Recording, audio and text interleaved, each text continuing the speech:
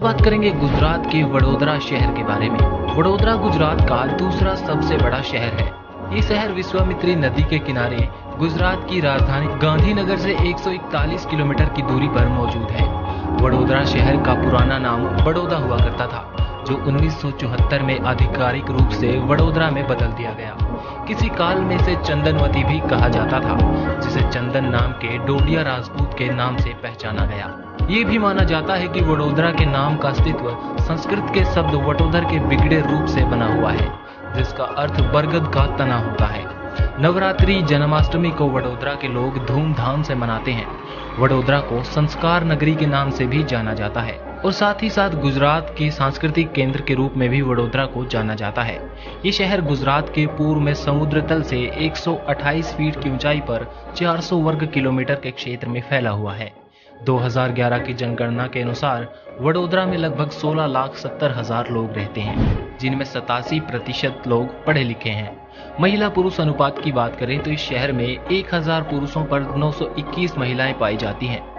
वडोदरा शहर में 85.39% हिंदू हैं। इस्लाम के 11.40% लोगों के साथ 1.22% ईसाई, 1.22% जैन धर्म और 0.90% लोग सिख और बौद्ध धर्म के हैं। ये शहर आर्थिक दृष्टि से भी गुजरात के लिए महत्वपूर्ण शहर है। ONGC, IPCL, GACL जैसी नामी कंपनियां वडोदरा में ही शुरू की गई। इसके अलावा केमिकल्स, फार्मास्यूटिकल, पेट्रोकेमिकल उद्योग भी इनमें शामिल हैं। देश में पावर ट्रांसमिशन इक्विपमेंट्स का 35% प्रोडक्शन वडोदरा में होता है। खेल जगत में वडोदरा की मशहूर टीम भी शामिल है, जिसे आमतौर पर लोग बड़ौदा क्रिकेट टीम के नाम से जानते हैं। इस टीम ने कई दफा रणजी ट्रॉफी को जीता है। ट्रांसपोर्ट के मामले में वडोदरा गुजरात के ही नहीं बल्कि भारत के महत्वपूर्ण शहरों में से एक है। ये शहर दिल्ली मुंबई रेलवे मार्ग के बीच में आता है, जिस वजह से इस शहर में रेलवे की व्यवस्था काफी अच्छी है। वडोदरा में ही भारत का दूसरा ग्रीनेस्ट एयरपोर्ट भी मौजूद है, जहां से देश के मुख्य शहरों, महानगरों और टूरिस्टिक शहरों तक सीधी फ्लाइट्स जाती हैं। वडोदरा में भी कई सारे टूरिस्ट अट्रैक्शंस मौजूद हैं, जिनमें पहले नंबर पर सूरसागर झील काफी मशहूर है। वडोदरा शहर में स्थित सूरसागर झील चारों तरफ से हरे भरे पेड़ पौधों से घिरा हुआ है, जिसकी वजह से इस झील का नजारा और भी खास हो जाता है। सूरसागर झील के मध्य में मौजूद भगवान शिव की 120 फीट की ऊंची मूर्ति इस झील की खूबसूरती में चार चांद लगा देती है। रात में यह झील काफी सुंदर नजर आती है। इस झील में बोटिंग वगैरह को भी एंजॉय किया जा सकता है।